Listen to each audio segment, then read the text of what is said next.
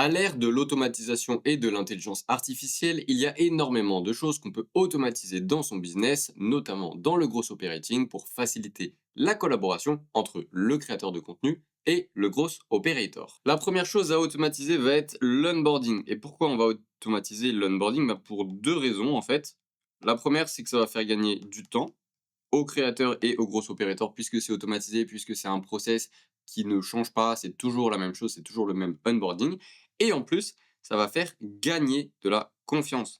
Parce qu'en fait, si à la suite d'une discussion avec le créateur de contenu, le gros opérateur, il lui envoie un onboarding qui est complètement automatisé, qui est complètement fonctionnel, bah là, la confiance, elle va augmenter, forcément, parce que le créateur de contenu va se dire, le gros opérateur, il est organisé, il a déjà des process en place, il sait ce qu'il fait, donc j'ai aucune raison de ne pas avoir confiance en lui. Donc l'onboarding, gros plus d'automatiser, parce que gain de temps, vu que c'est toujours la même chose, et gain de confiance puisque le créateur de contenu se dit OK, j'ai trouvé le bon gros operator. Suite à cet onboarding, forcément, il va falloir automatiser les contrats. Donc en fait, pourquoi on automatise les contrats? Parce que encore une fois, c'est toujours la même chose. En fait, la seule chose qui va changer dans le contrat, c'est l'adresse du créateur, son nom, son prénom forcément. Ensuite, il va y avoir le pourcentage de commission. Ça, j'avoue, ça change. La durée du contrat, parce qu'on peut mettre, une durée minimum, pour faire, un contrat et ensuite il va y avoir le statut. Donc, est-ce qu'il est en entreprise, est-ce qu'il est en individuel? Et ça va être à peu près les seules choses individuelles. Tout ça là, adresse, nom, prénom, pourcentage, durée du contrat, enfin durée du partenariat et le statut de la personne, ça va être à peu près les seules choses qui vont changer dans le contrat. Donc pourquoi on automatise le contrat? Encore une fois, pour le temps que ça va faire gagner parce que c'est toujours manuel en fait un contrat et il y a aucune plus-value en tant que gros opérateur à pondre des contrats tous les jours. Donc on automatise parce que ça fait gagner du temps. Donc là, on a déjà l'onboarding qui est automatisé, donc ça veut dire que dès que le créateur de contenu rentre dans l'agence, il a déjà un tas de ressources qu'il va pouvoir consommer pour avancer. Donc là, ça va faire des quick wins, donc des victoires rapides. Et ça, les quick wins, c'est très important. Pourquoi? Parce qu'en fait, vous allez, vous, en tant que gros opérateur, devoir mettre des systèmes en place. Et ensuite, il va falloir mettre des stratégies. Et tout ça, on va le mettre sous une roadmap. Sauf que le problème, c'est que mettre des systèmes en place, mettre des stratégies, ça prend du temps. Et ça, le créateur de contenu, il le voit pas forcément. Donc en fait, le créateur de contenu va se dire, ça prend du temps. Donc, le gros opérateur, qu'on va abréger GO, ce sera plus simple, bah, le gros opérateur, en fait, il fait rien. Donc là, le créateur de contenu va se dire, j'ai collaboré avec un gros opérateur qui me dit qu'il va me faire ça, ça, ça et ça. Finalement, il fait rien. Donc en fait, je vais arrêter la collab. Stop. Sauf qu'en fait, la réalité, c'est que vous êtes en train de construire. Et construire, ça prend du temps. Donc si on a un onboarding qui est déjà prêt, dans lequel il y a des tasks à faire pour le créateur, du genre, bon, j'ai besoin de savoir, qu'est-ce que tu proposes comme offre, quelle est ton audience, et cetera. Lui, il va faire ces choses-là, faire les tasks et ça va lui donner l'impression d'avancer puisque oui, on avance en faisant ça et comme on avance, bah, il y a des petites victoires, des petites quick wins et donc ça, il se dit: «J'avance», encore une fois, donc vous avez plus de temps pour construire les systèmes et pour construire les strats et juste en ayant un onboarding qui soit clair et ensuite un contrat, déjà ça verrouille la collaboration, ça dit au créateur, je sais ce que je fais, regarde, j'avance, toi tu as des quick wins de ton côté, tu as des tasks à faire et moi je construis le système, et ensuite on va commencer à charbonner pour de vrai. Mais c'est important que le créateur comprenne que là, il est avec le bon gros opérateur. Le gros opérateur, il fait ses systèmes, ça lui prend du temps. Entre-temps, le gros opérateur, il a donné des tâches à faire au créateur pour que le créateur, il ait le sentiment d'avancer, qu'il avance et qu'ils se disent pas le gros opérateur fait rien et ça va être une mauvaise collaboration. Ensuite, très important, là on était sur la partie début de collab, hein. Pourquoi début de collab? Parce qu'en fait, l'onboarding, typiquement c'est début de collab. On onboard les gens, c'est collab et contrat, bah, ça signe une fois. Donc c'est le début. Maintenant, ça va être sur toute la partie paiement et facture. Donc là, il va y avoir deux choses à mettre en place. Ici, ce qu'il faut bien comprendre, c'est que je parle que de la partie ici, là et là. Ça, c'est le business du gros operator. Et après, je parlerai du business du créateur. Creator. Voilà. Donc en fait, là, c'est ce que vous, en tant que gros operator, vous devez mettre en place pour vous, pour votre business de gros operator. Et ensuite, vous, en tant que gros operator, ce que vous devez mettre en place pour le business de vos clients, c'est-à-dire mettre en place le business des créateurs de contenu avec qui vous allez travailler. Donc, les factures, c'est très important parce qu'il va falloir faire des relances automatisées. Donc, admettons que vous travaillez avec un créateur de contenu et qu'il a décidé que, en fait, la facture pouvait attendre. Bah non, en fait, parce que travail égale salaire. Voilà, salaire, paiement, parce qu'on n'est pas salarié ici, on est dans le business. Mais travail égale salaire égale rémunération.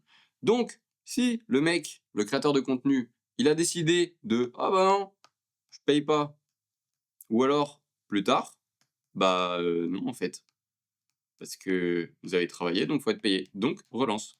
Et les relances, malheureusement, ça fait perdre du temps, ça fait perdre de l'énergie, et en plus, c'est facile d'automatiser ça parce que c'est toujours le même process. Donc ça, on automatise. Et ensuite, il va y avoir la mise en place des rapports. Donc ça, c'est les rapports en interne et aussi pour les clients. Donc les rapports en interne, en fait, c'est, bon, on a testé la strat 1, ça marche bien, ça marche pas trop, strat 2, machin, etc. Donc en fait, on va récupérer de la data. Sauf que ça, bah, la data, comme elle est dans un Google Sheet ou elle est dans un compte HubSpot ou je sais pas quoi, bah, c'est aussi récupérable facilement puisqu'en fait, c'est toujours le même process. Et si c'est toujours le même process, on peut mettre une automatisation. Donc, facile. Donc, on récupère de la data de manière automatique. Ensuite, peut-être qu'il va y avoir, si vous avez une team de closers, bah, récupérer les performances des closers. Donc là, encore une fois, on va récupérer la data de manière automatisée. Après, il va y avoir peut-être récap des stats des réseaux. Donc RSN, c'est réseau social numérique, donc récap des stats des réseaux sociaux. Et donc là, bah, encore une fois, on va récupérer la data de manière automatique. Et donc, une fois qu'avec votre automatisation, vous avez récupéré toutes vos datas, vous pouvez les mettre dans un logiciel qui va vous mettre les datas en forme. Et typiquement, quand je dis en forme, c'est des stats visibles sous la forme de graphiques, en fait. Donc là, ça peut être, les camemberts, des trucs comme ça peut être aussi, des histogrammes. Donc ça, c'est important parce que, bah, ça donne, direct un visuel sur ce qui se passe. Hop, un petit œil, voilà et bah, ça va vous permettre de prendre des décisions rapidement parce que, bah, c'est visuel, c'est facile à comprendre et cetera. Donc tout ça, en fait, c'est ce que vous allez devoir mettre en place assez rapidement sur votre business de gros operator. Donc automatiser l'onboarding, automatiser le contrat, faire en sorte qu'il y ait des quick wins, donc de manière automatique ou non. Donc ça, c'était pour le début de la collab, donc onboarding et contrat. Et ensuite, facture, donc en ce qui concerne les relances, et les rapports, donc aller chercher les KPI qui sont intéressantes, d'un point de vue des stratégies qui ont été testées, si vous avez une team de closers, une team de setters, et ensuite le récapitulatif des statistiques des réseaux sociaux. Donc ça, c'était pour la partie du business du gros operator. Donc ça, c'est ce que vous allez devoir mettre en place pour votre business de gros operator. Maintenant, on va passer sur la partie du créateur. Donc, le créateur de contenu, qu'est-ce qu'il va falloir mettre en place? Bah, encore une fois, plusieurs choses. Première chose à mettre en place, c'est un suivi des KPI. Parce qu'en fait, il y a énormément de choses à traquer quand on est créateur de contenu. Donc, il va y avoir, bah, encore une fois, les réseaux sociaux, donc les stats. Donc là, il y a les vues, il y a l'engagement. Ensuite, il va y avoir, si on est sur le cas de YouTube, CTR, par exemple, ça c'est très important. Ensuite, là, il va y avoir toutes les stats de funnel. Donc là, funnel, c'est quoi? C'est les opt-in. Ensuite, il va y avoir, le nombre de visites, important. Est-ce qu'il y a du rebond ou pas? Donc ça, c'est important d'aller chercher tout ça parce que encore une fois, ça, c'est de la data pour prendre des décisions et des décisions qui sont quoi? Data driven, c'est-à-dire qu'on ne prend pas des décisions sous une impulsion mystique ou quoi, on utilise la data pour prendre des décisions et c'est que comme ça qu'on fera de l'argent, parce que la data nous dit où aller. Ensuite, une fois que vous avez mis le suivi des KPI, donc sur les réseaux sociaux, sur les funnels ou sur quoi que ce soit qui nécessite de mettre une automatisation pour aller récupérer de la data, il va falloir mettre en place des relances de factures. mais cette fois, c'est pour les clients de vos clients. C'est-à-dire que vos clients en tant que gros opérateurs, c'est les créateurs de contenu. Les clients de vos clients, donc les clients des créateurs de contenu, bah, c'est leur audience. Et bah, il se trouve que c'est aussi des humains, et les humains, bah, s'ils n'ont pas envie de payer, ils payent pas. Donc, il va falloir les relancer. Et encore une fois, pour les mêmes arguments que précédemment, ça prend du temps de relancer et ça prend de l'énergie. Sauf que comme c'est toujours le même type de relance qu'on va faire, eh ben, on peut automatiser. Parce que tout ce qui est une action qui se fait de manière cyclique et qui se répète toujours selon le même processus, bah, c'est possible d'automatiser. Donc, important de mettre en place aussi des relances clients pour le business de vos clients, donc pour les créateurs de contenu qui doivent relancer leur audience dans le cas où elle ne paye pas. Ensuite, un des points les plus importants et qui fera que vous avez vraiment une collaboration qui est incroyable entre vous et le créateur de contenu, c'est qu'il y a un pain point qui est énorme, c'est la veille. Pourquoi? Parce qu'en fait, les créateurs de contenu, bah, ils ont des idées, ça c'est vrai, mais des fois, ils vont chercher à droite, à gauche, regarder ce que les concurrents font, améliorer ce que les concurrents ont déjà fait, ou alors mettre le contenu à sa sauce. Et donc ça, bah forcément, il va falloir aller chercher des idées. Il va falloir espionner, parce que techniquement, le marketing, c'est espionner les concurrents et faire mieux. Ensuite, tout ça, une fois qu'on a récupéré les idées et qu'on a espionné tout le monde, bah, il va falloir brainstorm. Donc, comment je fais pour l'adapter à mon contenu, comment je fais pour l'adapter à mon style, comment je fais pour l'adapter à ma niche, etc. Et en fait, si vous avez un process qui est automatisé, qui va permettre de faire ça, c'est-à-dire, je vais chercher les meilleurs posts chez les concurrents, je vais espionner ce qu'ils sont en train de faire au niveau stratégique, et que tout ça, vous le mettez dans un récap hebdo, où en fait, là, vous allez dire, bon, bah, concurrent 1, il a fait ça, et il a eu ce réel qui a pété, donc je te mets le lien du réel qui a pété ici, et toi, bah, tu as juste à refaire. Et donc en fait, là, vous mâchez le travail de toute la veille, qui est un gros pain point pour les créateurs de contenu, parce que ça prend énormément de temps. Donc là, concurrent 1, évidemment, on fait pareil sur le concurrent 2, sur le concurrent 3. Et en fait, là, les créateurs, ils ont une liste de contenus qu'ils vont pouvoir juste reproduire sans se casser la tête à le chercher. Parce qu'ils vont chercher eux-mêmes les data, les créateurs de contenu. Sauf que là, s'il y a une automatisation qui leur fait le travail à la place et qui leur donne sur un plateau d'argent, bah tiens, regarde, ce que tu aurais dû avoir en 3 heures de recherche, moi je te le donne direct. Bah là, ça fait gagner énormément de temps au créateur de contenu. Comme il a du temps, il peut faire plus de contenu, donc il y a plus de trafic, donc il y a plus d'argent qui rentre. Et en plus, la veille, c'est pas vraiment le truc que les créateurs de contenu aiment faire. Donc, vous enlevez énormément de douleur en faisant ça. Donc, automatiser tout le processus de veille, c'est résoudre un énorme point de douleur pour les créateurs de contenu, ce qui fait que la collaboration est d'autant plus appréciée, puisque 1, vous faites gagner du temps, 2, de l'argent, et en plus, vous enlevez des douleurs. Donc, 3 points très positifs. Et ensuite, dernier point, là ça va être un peu plus technique, c'est pas que de l'automatisation, c'est AI agent. Et donc en fait, là, ça va nous servir pour le delivery. Donc delivery, c'est délivrer la prestation pour laquelle le créateur de contenu a été payé. Donc là, typiquement, on peut avoir des agents qui sont coachs, j'expliquerai plus tard. On peut avoir des agents qui font juste des tasks répétitives. On peut avoir des agents qui font des récaps. Donc en fait, il y a plein de choses. Hop, voilà.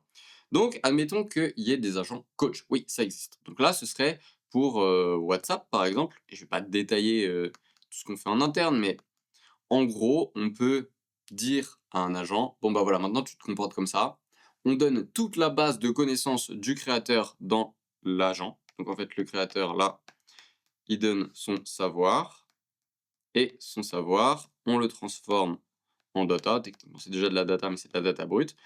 On le donne pour nourrir un agent, et l'agent, ça devient en fait un clone qui est capable de répondre aux questions des gens. Et donc, bah, c'est bien si par exemple il y a beaucoup de demandes, ou alors c'est une prestation en mode bon, bah, parle à mon agent IA qui est le coach, bah, c'est très bien. Donc, super, déjà, un adjoint coach, ça fonctionne quoi. Ensuite, il y a les agents avec des tasks. Donc, par exemple, on envoie un vocal à un agent pour booker un rendez-vous avec X, Y, Z. Donc ça, en fait, l'agent, il le fait tout seul. Ensuite, on peut avoir des agents pour cocher des cases dans un Notion, par exemple. On peut avoir, en fait, tout ce qu'il est possible d'automatiser parce que on le fait tout le temps et parce que c'est toujours le même process, bah, on va mettre un agent IA dessus. Quand on lui envoie un voice sur WhatsApp, l'agent IA, il va faire la tâche. Et donc, en fait, ce qui est bien, c'est que vous n'avez plus besoin de faire la tâche, puisque vous avez juste à dire à l'agent IA, fais la tâche pour moi ou remplis la tâche pour moi, etc. Donc, ça fait gagner du temps. Et ensuite, les agents de récap, donc en fait, là, c'est typiquement un agent va lui dire, bah, récupère les datas de la journée. Donc là, récupérer, hop, les datas.